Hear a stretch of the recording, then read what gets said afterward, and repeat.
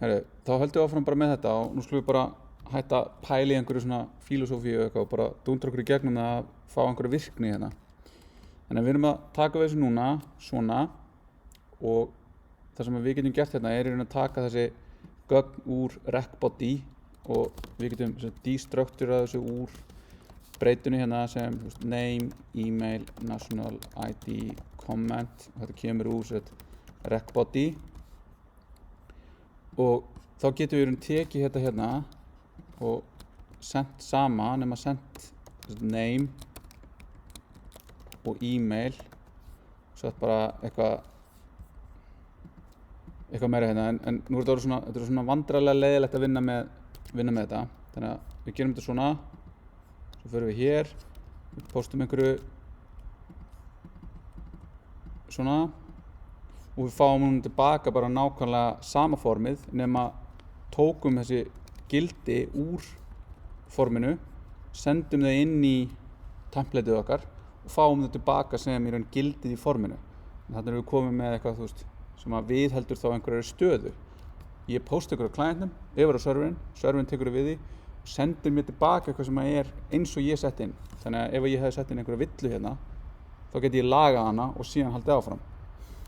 Og skulum það bara taka hérna og tek hérna sýnlausnina á verkefni 3 sem held ég mjög gott að skoða í samhengi við síðan verkefni 2 að tökum bara hana sem svona grunn þetta er voðalega keimlíkt alltaf hjá mér svo lengi sem ég er ekki að skipta yfir í eitthvað annað en Express bara fíla Express svo vel, þetta er svo nær svo að vera svo ótrúlega ekki of stórt og ekki of lítið lega mann að vera bara að vinna með þetta og skemmtilega mata þannig að við þurfum að bæta við hérna, dir name úr path og þetta er þá til þess að finna út alveg svo með þetta public hvar eru viewin okkar og viewin okkar eru þá í raun þessi template þannig að við ætlum að búa til eitthvað hérna sem heitir view og þá ætlum við að búa til eitthvað hérna sem heitir header AUS og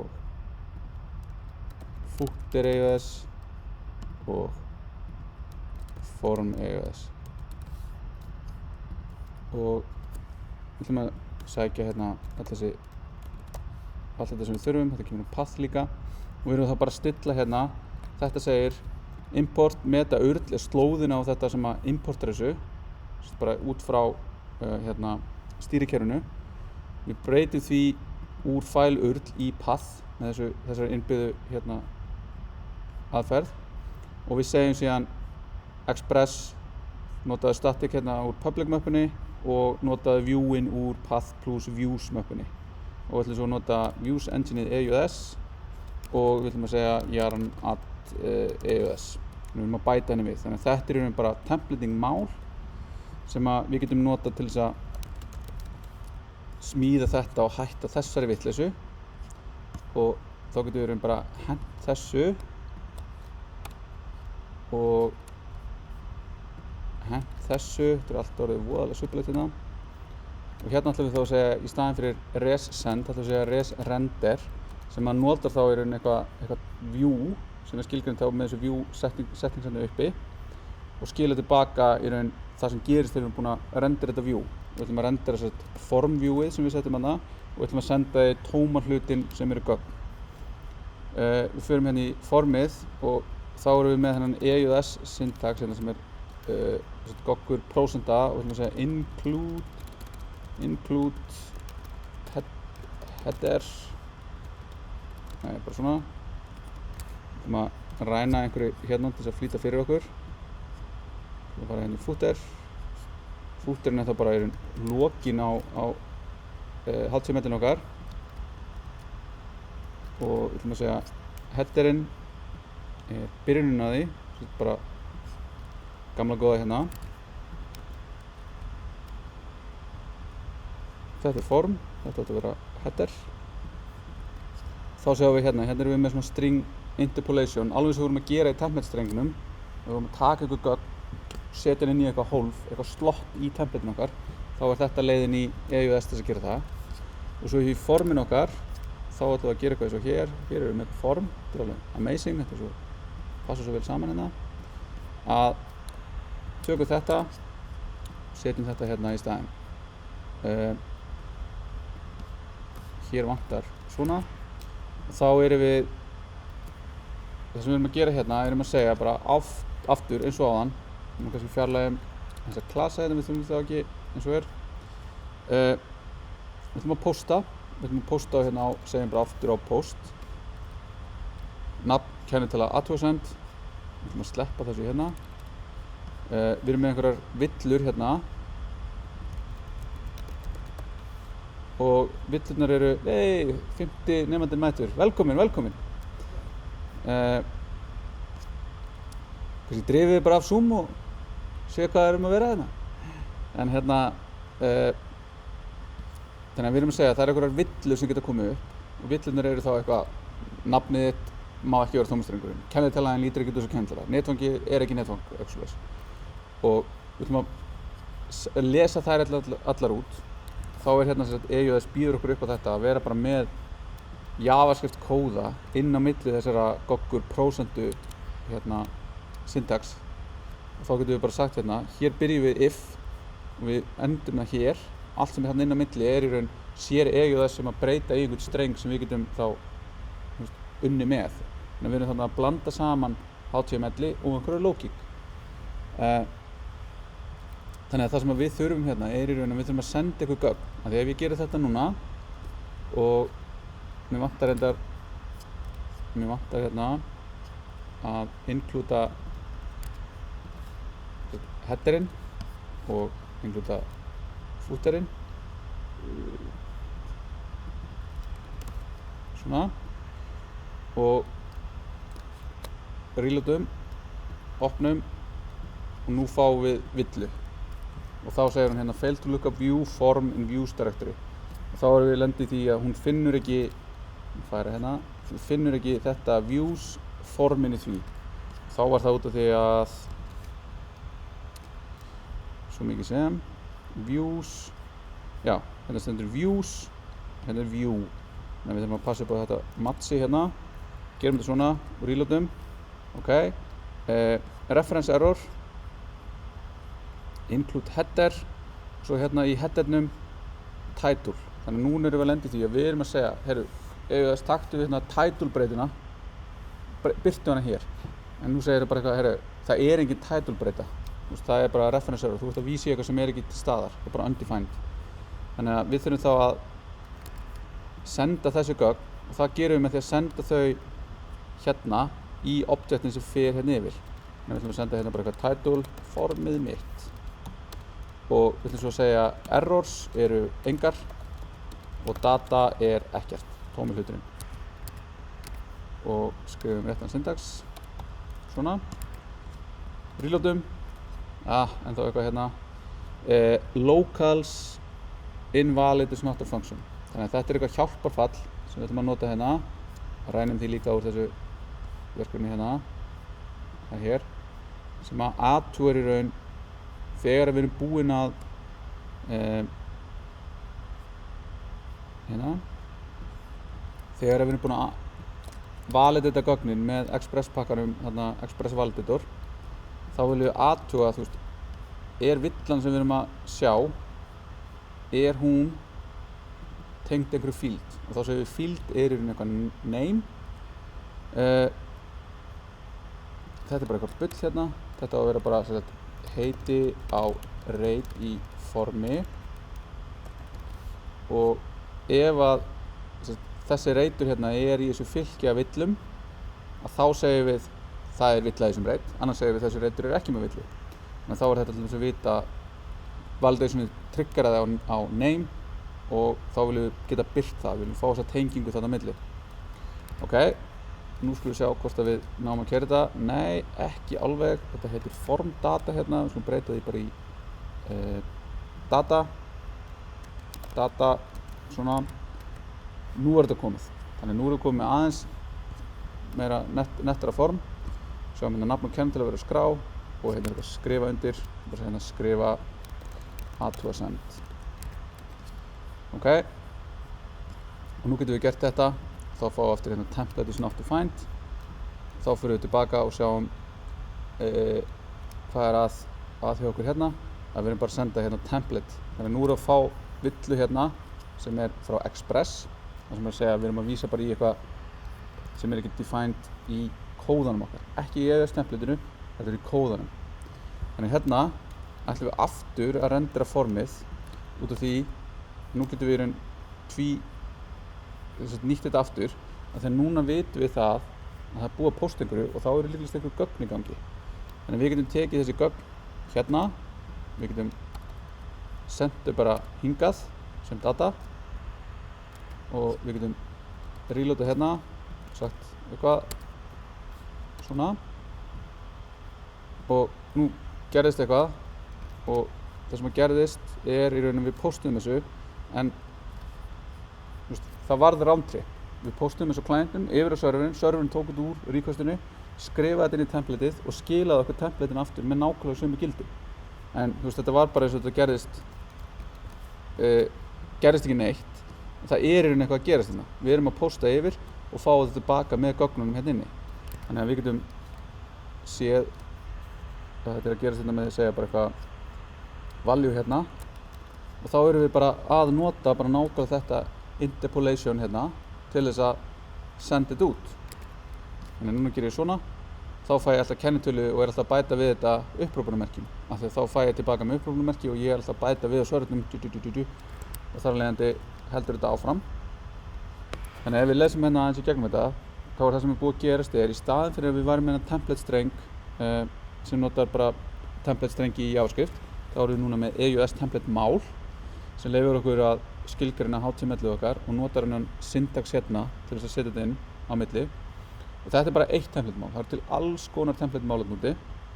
Þetta leyfir okkur að nota inn í þessum EUS-segðum JavaScript kóða segðir eins og hérna eða að nota þetta prósenta jafndog til þess að skrifa bara út beint einhverja breytu. Síðan erum við hérna að kalla í þetta locals is invalid til þess að athuga hvort að í errors fylkinu sé reitur sem heitir comment sem bendir til þess að það sé ólöglegt eða ógilt og það skulum við bæta við það núna með því að fara hérna og segja ok, hvað er það sem að lætur eitthvað að vera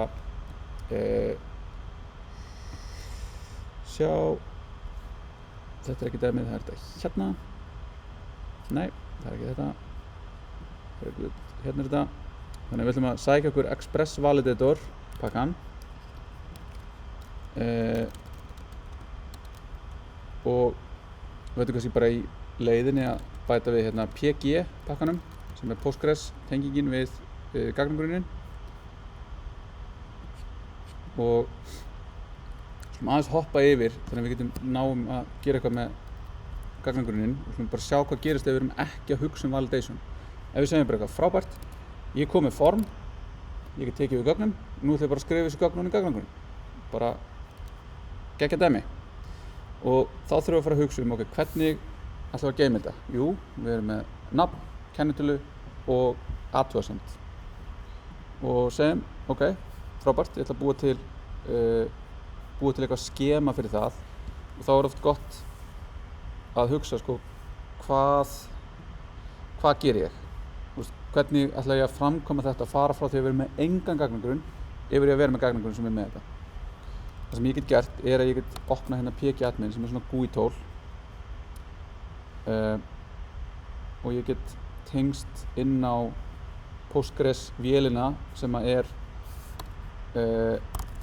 uppsett á serverinu mínum, vélinni minni. Þetta er allt einhver lykilorð sem maður þarf að muna þegar maður er að setja þetta allt saman upp. Hérna er ég með bara einhverja gagnagrunna sem ég er bara búinn að vera að dunda við. Hérna er einhver gagnagrunnur sem er með einhverju dæmi sem ég var bara að taka í fyrirlesturum sem er með einhverju people hérna. Endurnýtum hann bara, það er voða fínt. Eða nei, byrjum þetta bara alveg frá grunni. Þá fæ ég hérna með uppsetningun á Postgres fæ ég að minnsta kosti 3 tól, svona command line tól sem við getum notað sem heitir createDB, dropDB og PSQL. createDB segir bara hérna ver2 blog. Ok, nú bjó ég til nýjan gagnagrunn. Ef ég fer núna hérna og ég refresha þá er ég með hann hérna, ég get tengst honum. Þannig að nú er ég bara búinn að búa til gagnagrunn í gagnagrunns management systeminu sem er Postgres. Ok, næsta er þá að búa til töflu og þá skulum við fara í og reyna einhverju til að copy-pasta hérna.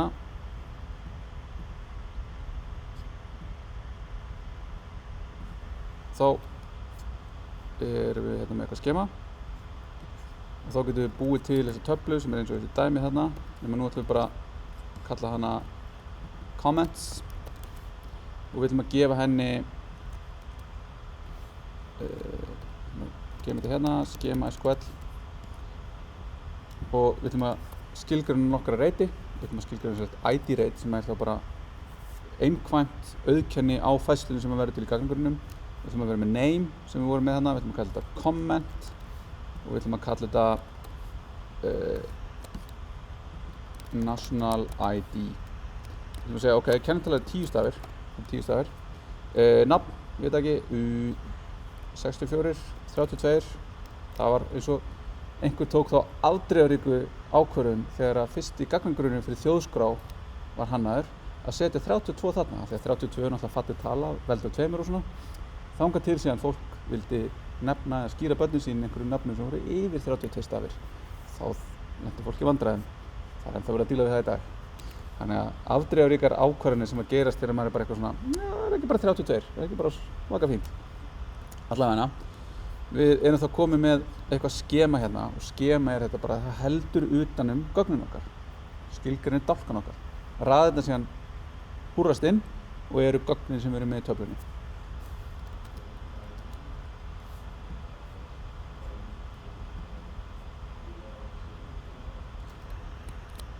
Nei, engin önnur röð með sama gildi. Og þetta er akkurat gott hérna, því þetta er ekki það sem við viljum, því við viljum ekki að ef einhver Jón kommentar þá geti engin annar Jón nokkur sinni kommentað aftur.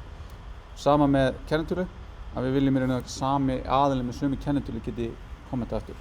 En þessi kennitöludálkur er hérna, fjarlægjum hann á einhverjum tímapunkti. En þannig að við erum komið með eitthvað skema og við segja bara, ok, þetta er fínt. En þarna eru assumptionir byggðar inn í þetta sem við erum að gera. Þannig að það sem ég get gert núna, ég get farið og ég get opnað PSQL, command line tólið, þá er ég núna, ég valdi engan gagnagrunn. Ég fer inn á gagnagrunninn sem heitir sama og notandinn minn sem er Ólafur Sverrir Kjartansson í einni bunu. Þarna viljum við ekki gera gagnagrunninn okkar, heldur viljum við segja PSQL v2 blogg sem opna þá gagnagrunn sem við byggum til með create.db. Svo getum við bara pasta þessu inn og nú gerist create table hérna. Eða við höfum getað farið hér og við höfum getað farið hérna í query tool og við höfum getað farið hérna og sagt create table if not exists og þá er þetta if not exists líkill hérna sem segir relation comments already exists skipping. Og þá getum við staðfesta að þetta er vissulega til hérna. Við förum hérna í töflunar, þá sjáum við að tablan er komin hér. Ég get farið í properties og ég get séð í raun hvaða dálka hún er með. Þá fáum við svona þetta GUI hérna, ég get gert eitthvað við þetta og uppfært töfluna. Ég get gert það þarna út af því það er ekki komin inn gögn. En ef ég vildi uppfæra töfluna núna og það væri komin gögn í hana og ég var að segja að þetta var ekki lengur að vera integer, þetta var að vera string, þá er í raun fáið mismatch af því að þá er að leta varpa gögnum yfir eitthvað annað án þess að segja hvernig á að varpa þeim. Þannig að það er svona tímapunktur þegar við erum búin að búa til töfluna okkar að það er ekkert mál að breyta dálkum og raða eitthvað svona. Við lendum í vandræðum þegar við erum með eitthvað kerfi í keislu við þarfum að geta tekið við breytingum og áfram gögnum frá einhverjum öðrum.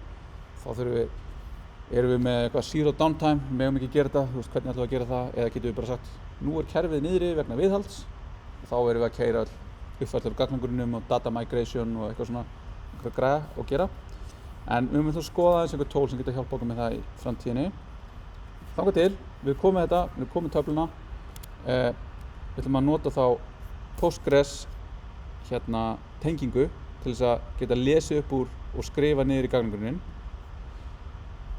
Og þá notum við PG-pakkan og við notum þá þetta .env áfram núna. Það sem við erum að gera með því er í raun, við erum með það hérna, við setjum það upp til þess að geta náðið portið sem breytilegt á milli Heroku og okkar. Við viljum bara keyra þetta í portið 3000 í okkar development, en Heroku segir bara eitthvað, hér portið sem þú átt að binda þess við. Þannig að við verðum að geta tekið það þarna við og það sama með gagnagrunnin. Þegar við setjum gagnagrunnin okkar upp á Heroku, þá förum við á Heroku og þegar við sjá hvort við getum farið á Heroku og við erum hérna með appið okkar, það komið og er bara flott. Þá getum við farið hérna í Resources, við getum farið hérna Postgres og við getum sett upp Heroku Postgres.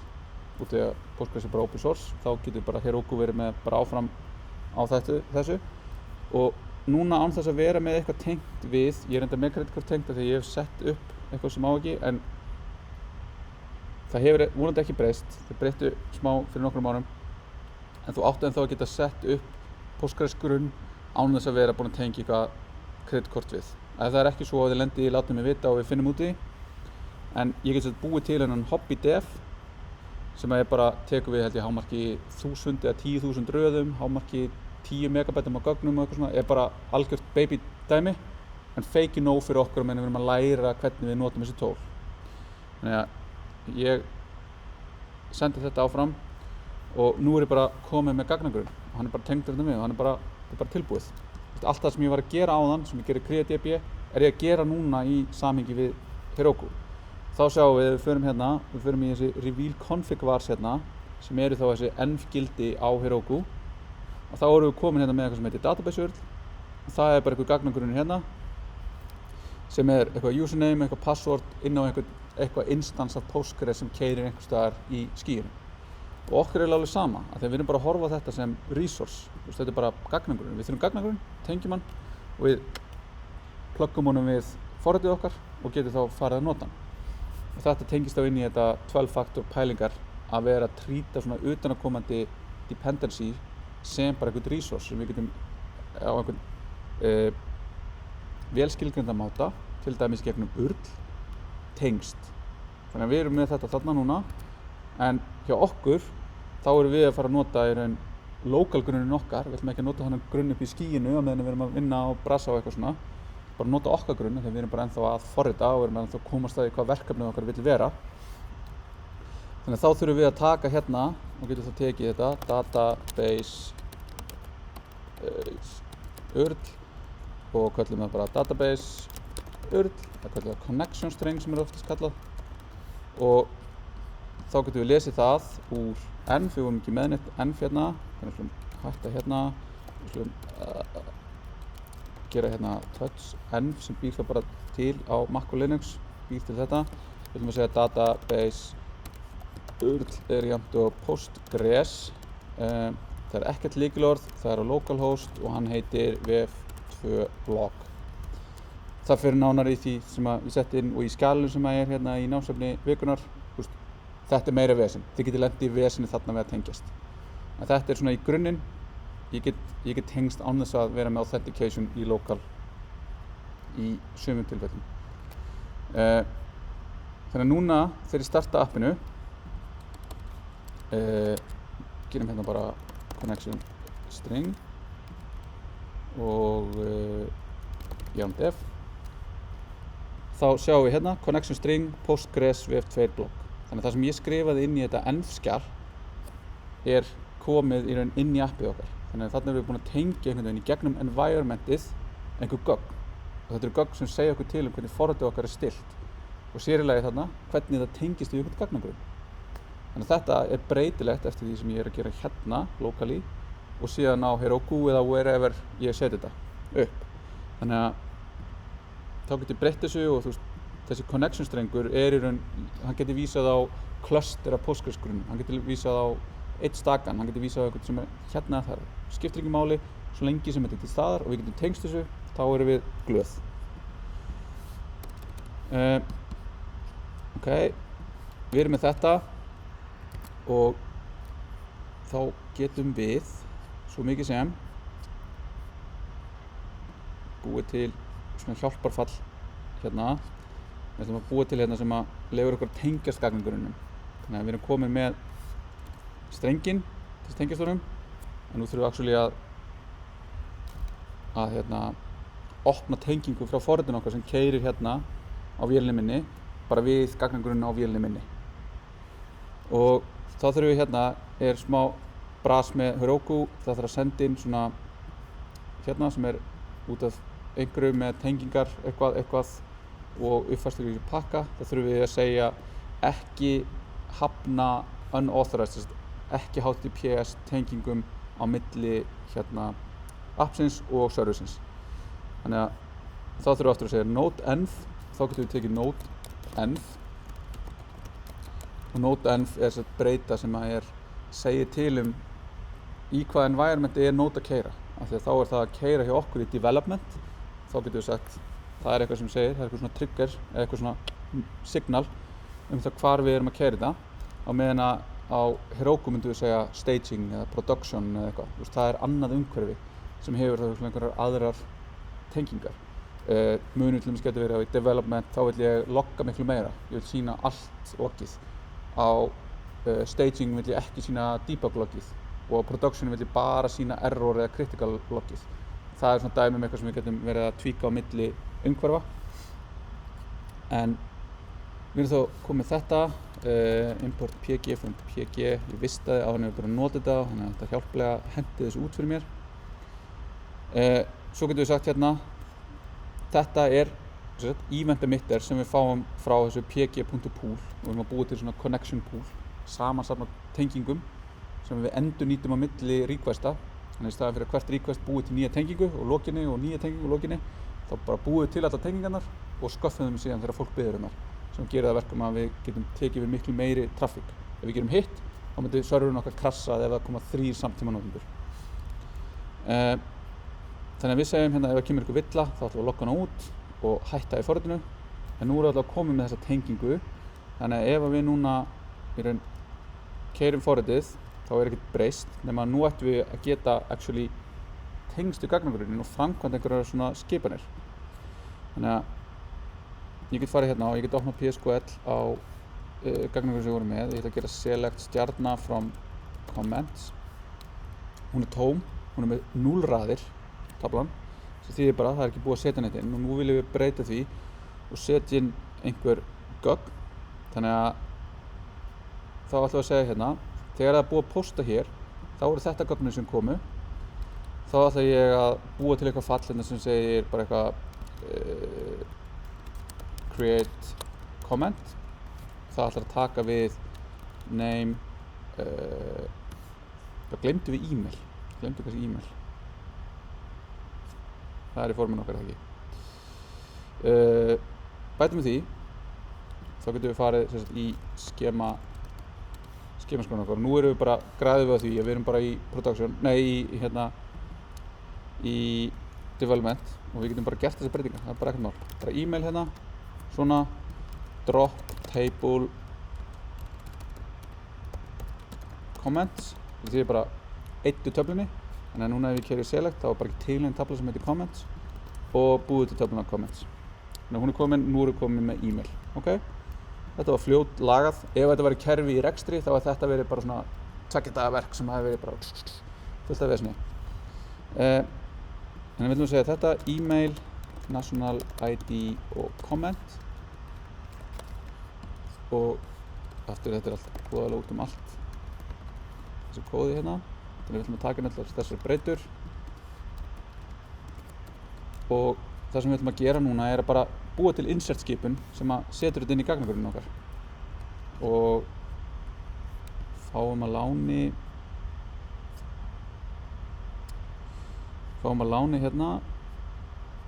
svona almennt, já það var ekki í þessu, fáum að, ok, tökum við bara Ég ætla að búa til annan fall sem ég get þá refactora síðan. Ég get til að query sem á að taka bara við almennu query og gildum sem að fara inn í það. Og þá ég að segja, ég ætla að aðskilja þetta frá því að framkvæma þetta. Ég ætla að taka þetta eitthvað sem gerist hér í einhverju sértæku falli sem að vill framkvæma queryið. Þannig að þá var þetta í raun og veru, ég ætla að segja insert into comments, name, email, national ID og comment, values. Hérna erum við að nota svona það sem heitir hérna prepared statements. Jésús, vídeó vill sem taka ítrekað. Ég ætla aðeins að formata þetta hérna þannig að við sjáum aðeins betur hvað við erum að gera. Svona, svona.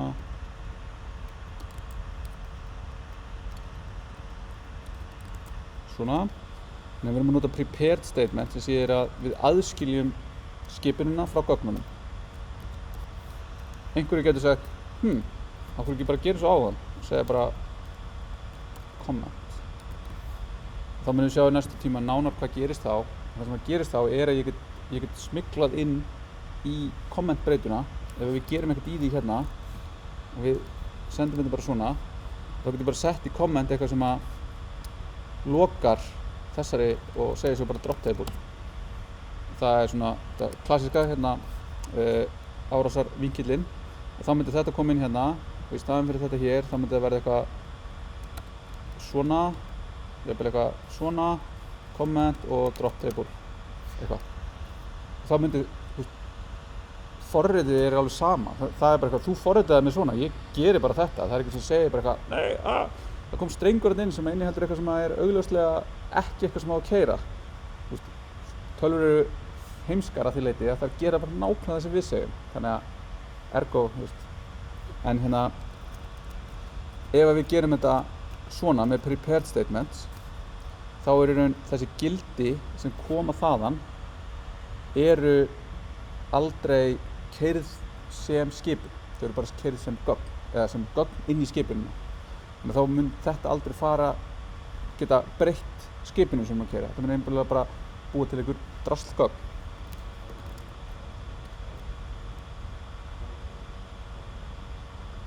Já, þá myndi ég bara inserta, þá í raun sér þetta forrit PG það að escapea þessu. Þetta er svona oft það sem við erum að gera þegar við erum að fá þessu gögn, er að við þurfum að taka gögn sem gætu verið malicious og escapea því sem er malicious í þeim til þess að geta síðan inserta þeim. Af því að stundum eru bara hlutir í gögnunum sem eiga ekkert að vera malicious, óvart malicious.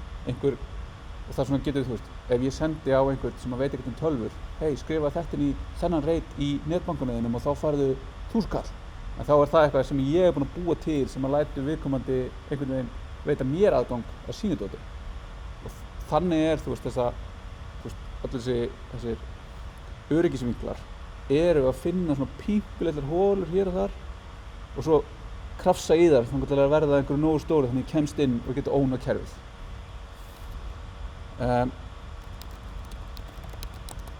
Þannig að þá gerum við þetta svona og þá viljum við reyna API-ið hérna á milli sé bara ég sendi inn queryið og values og þetta sér að try catcha og logga og gera eitthvað og ég kalla bara í return query q values.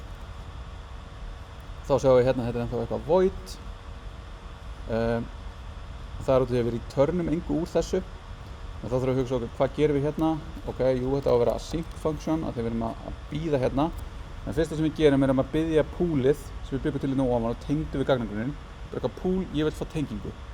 Og þá ef það er bara ógeðslega mikið að gera, þá getur þetta tekið kannski 200 millisekundur. Og meðan hún er að klára eitthvað annar requestu og er að tæma queueið sem er komið inn og lætur mig síðan fá tengingu. Ef það er bara ekkert að gera, þá bara gerist þetta eiginlega strax.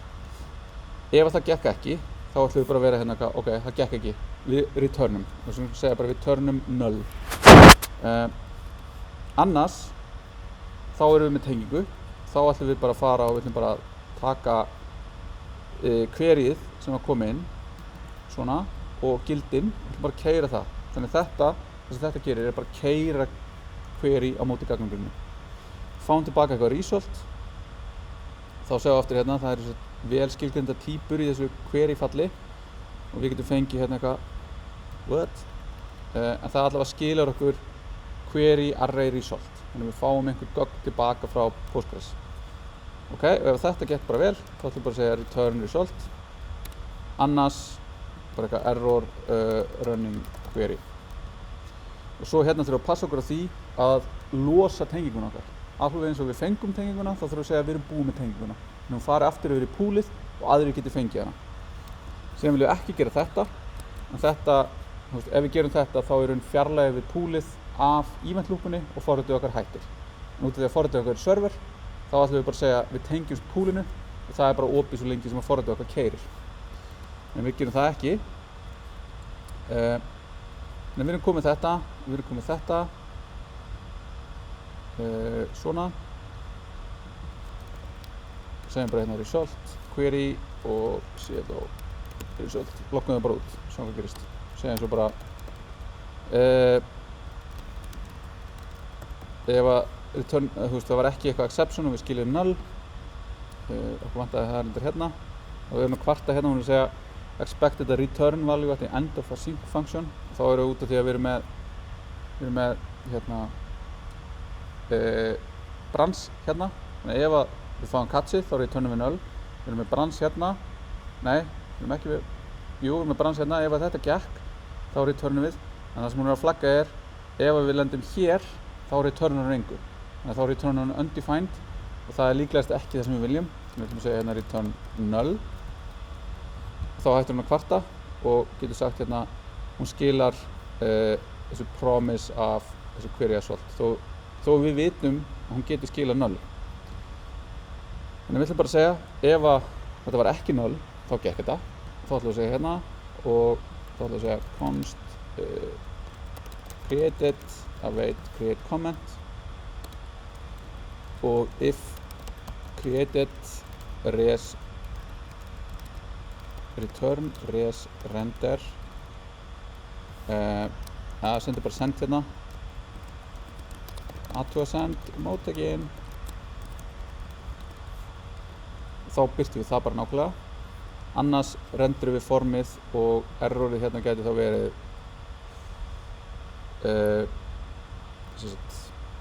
eitthvað, man ekki hvernig það átti að vera, field eitthvað, message eitthvað, sjáum hérna error param, error msg, error param msg gat ekki búið til athugasend. Svona. Ok. Nú fáum við eitthvað hérna, unexpected reserved word, við erum með einhverja villu hérna. Við erum bara að gleyma að segja async á þetta. Þá er hann aftur að kvarta hérna, við returnum hér, við returnum ekki hérna, svo við returnum þetta. Ok. Nú getum við þá farið hérna og hingað og við getum skrifað athugasend. Ok, tóma athugasemdið var tekin. Það er mikið neitt validation. Tölvan gerir bara nákvæmlega sem við segjum. Það sem við sögum hann að gera, taktu það sem var postað, skrifa það inn í gagnagrunninn. Selectum upp á gagnagrunnum. Við erum með enga athugasemd. Þegar við fengum villu hérna, null value in column email values not null constraint. Ok, þannig að það var villa nema við bara meðhöndluðum en ekki rétt. Og þá komum við að því, við settum varnagla á það að þetta mætti ekki vera null, en við sendum null, okkur sendum við null, þetta var tómistrengurinn.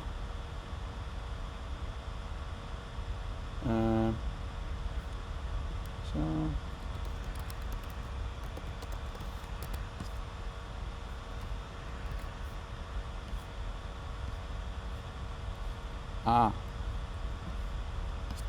Klassísk villa hérna. Ég glemdi að setja await fyrir framann. Result hérna promise sem er pending er vissulega ekki falsi og er ekki null, þannig að þess vegna fengum við true hér og þetta svona klassísk villa sem við lendum í þegar við erum að vinna með svona asynchronous forrit. Ok, villa við skráningu gat ekki búið til athugasemd. Ok, þannig við erum vissulega að birta þetta hérna en bara okkur hræðilega stórum af því að hann er í einhverju section eða eitthvað.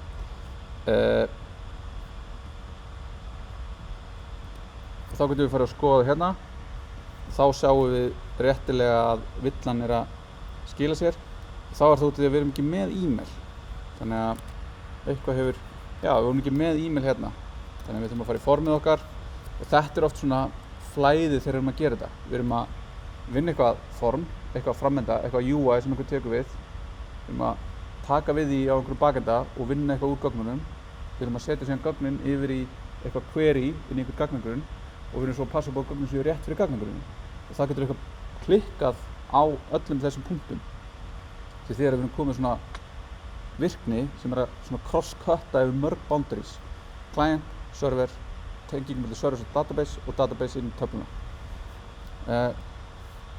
Þá getur það þýtt það að við erum oft bara að fara, við erum að context switcha úr því að hugsa hvernig gerir ég formið í HTML, yfir í CSS á forminu, yfir í hvernig validaði gögnin, yfir í hvernig virkar SQL. Þannig að við erum undirbúin undir það. Þannig að það sem við ætlum að gera hér var að bæta við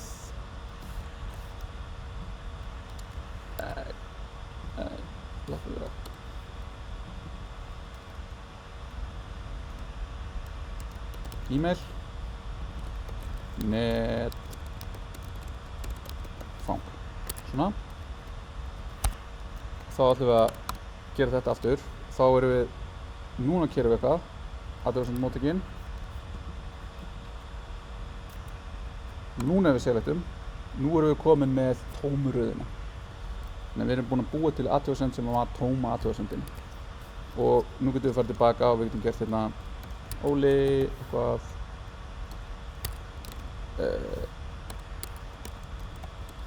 og skrifa hana og selecta og hún er komin hérna. Þannig að við stækkum þetta aðeins og sjáum við dálkurinn er komin, nei, röðin er komin hérna og þetta passar allt saman við þetta. Ok, og nú getum við farið hérna og við getum bætt við einum. Þá fáum við villu. Þá er villan svo að þetta fer í gegnum frá klientnum yfir á serverinn pikkar þetta út, sendir þetta yfir í þetta, en villan kemur þegar við reynum að insetta forminu, að insetta gildinu, að við erum með hérna value too long for type character var varying 10. Þannig að út af því að við sögðum í skeman okkar að kennitala mætti ekki vera meira en 10, þá settum við 11 stafa langt þenginn streng og gagnagrunnin bannaði okkur þetta. Nú getum við sagt hérna, ok, stækkum þetta, eða við getum bætt við bara validation til þess að láta þetta hætta. Þá skulum við gera það og skulum passa okkur upp á því að þegar við erum að taka við þessum upplýsingum hérna, að við séum ekki að taka við upplýsingum sem við vitum að eru vitlaus. En við stoppum og upplifum notandans verði ekki þetta að ég skrifin eitthvað sem lítur út fyrir að vera rétt, en ég fæ bara einhverja villu sem við erum búin að fela frá gagnagrunninum. Stundum jafnvel endi í að þið gerið þetta og þið fáið bara gagnagrunnvilluna beint í hausinn. Það er alltaf skemmtilegt. Þá er eitthvað klikk í því að vera að passa upp á að vera ekki að expose of mikið af sensitífum upplýsingum. Sjá. Nákvæmlega, Little Bobby Tables.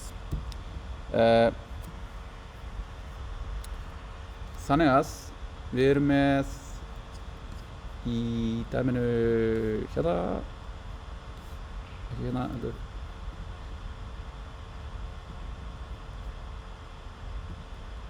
hérna, og þá erum við með þetta form hérna, við erum búin með þetta. Það sem við ætlum að gera núna er að taka eitthvað hérna sem er þetta validation og ég kvætur okkur mikið út allt hérna og við ætlum að setja hérna const validation er fylki og það er fylki af validatorum. Svona. Það sem hérna gerist er í raun að við erum að nýta pælingu sem er í raun að segja deklaratíft hvernig við viljum validata gögnin okkar. Við erum ekki að fara inn og segja taktu name út af body, berðu name saman við lengdin á name saman við töluna 0.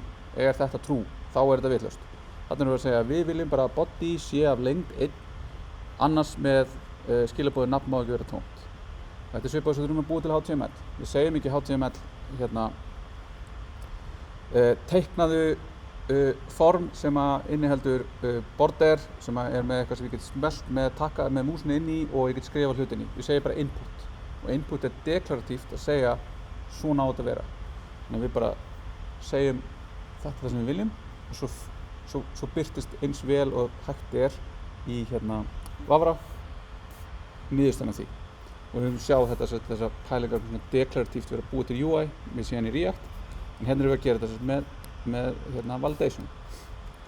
Og þetta er ofsalega fín leið til þess að skrifa þetta. Af því að búið til validation er ótrúlega mindless verkefni. Passa upp á þetta sé. Það er svo gott að nota eitthvað sem er gott og gilt. Og hérna getum við í raun haldið áfram og við getum búið til bara alls konar. Við getum chainað saman alls konar validationum og alls konar gögnum. Við getum búið til okkar eigin custom validator sem getur passað upp á þetta sé að vísa í rétta töflu, í rétta dálki, einhverja annar töflu og alls konar. En byrjum á þessu svona og við getum þá sett þetta hérna út af því að þetta er núna fylki af middlewares. Getum við bara sett þetta hérna og núna mun þetta Express Validator taka við þessu hér. Það mun athuga er eitthvað gildi sem heitir name í body sem er að koma inn. Er það af lengd sem er að minnstu kosti 1? Ef ekki, þá fáum við villu í það sem að Express Validator setur villurnar og við getum þá gripið það í einhverju næsta skrefi sem er þá hérna. Við getum búið til annað middleware sem að heitir svo mikið sem bara validation results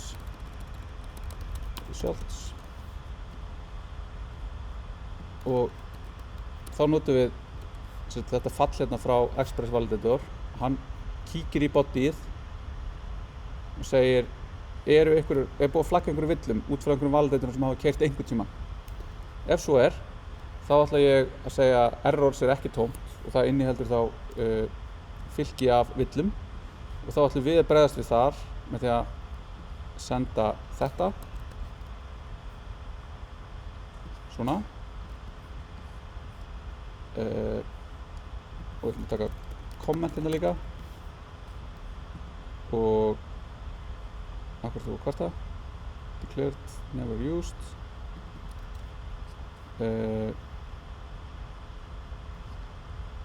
já, þannig að þetta á að vera hérna og þetta getur þá bara komið á eftir þessu. Þannig að við erum búin að búa núna til þessa validation keðju, þessi middleware keðja hérna. Þá getum við fjarlægt þetta, við getum refactorað þetta í eitthvað const post comment. Það kemur þá hérna á eftir. Þannig að við erum að segja að þegar einhver postur á post, þá ætlum við að byrja því að keyra einhverja validatora sem við erum búin að skilgreina. Við ætlum að athuga hvort að validatornir hafi triggerað, að eitthvað hafi ekki verið í lagi. Ef svo er, þá stoppum við hér og birtum upplýsingar um það. Annars höldum við áfram og við vitum þá þegar við komum í post comment að þessi gild hérna eru valid samkvæmt validatorunum okkar. Þá er hérna, þetta athugar, stoppar. Ef ekki, þá fer þetta bara áfram í næsta middleware.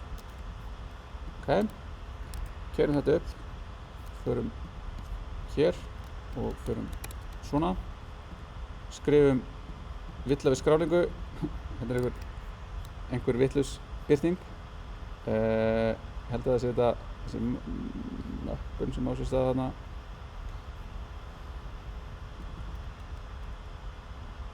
Við viljum bara fá þetta bara nákvæmlega svona.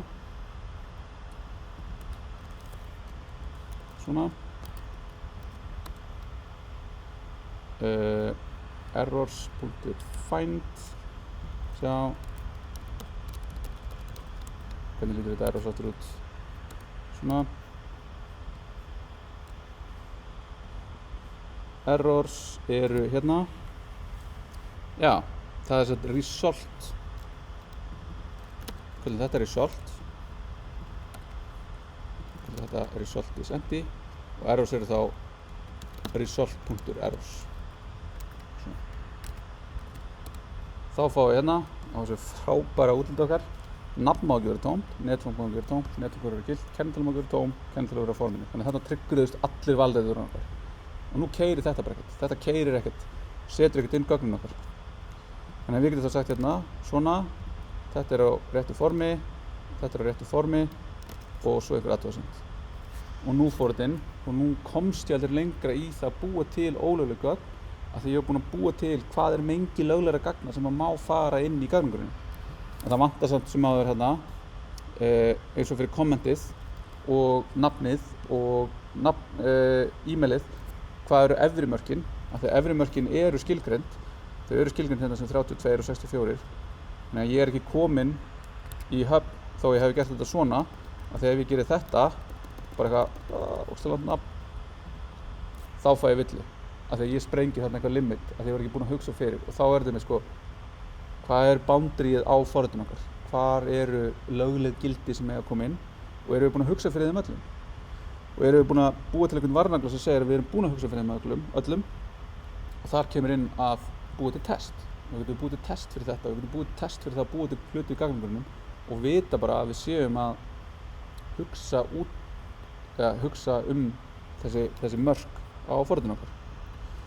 En ég ætla að segja þetta gott í bili. Ég ætla að vona að ég ná einhverjum góðum tíma hérna, aðeins að taka til í þessu en við allavega höldum áfram síðan bara með þetta og hérna, minni á dæmitíma morgun, skil á föstudagskvöldið. Þið getið heyrt í mér á Slack ef að þið náu ekki að mæta í dæmitíma morgun. Síðan er verkefni 2 sem ég ætla að renna aðeins yfir núna.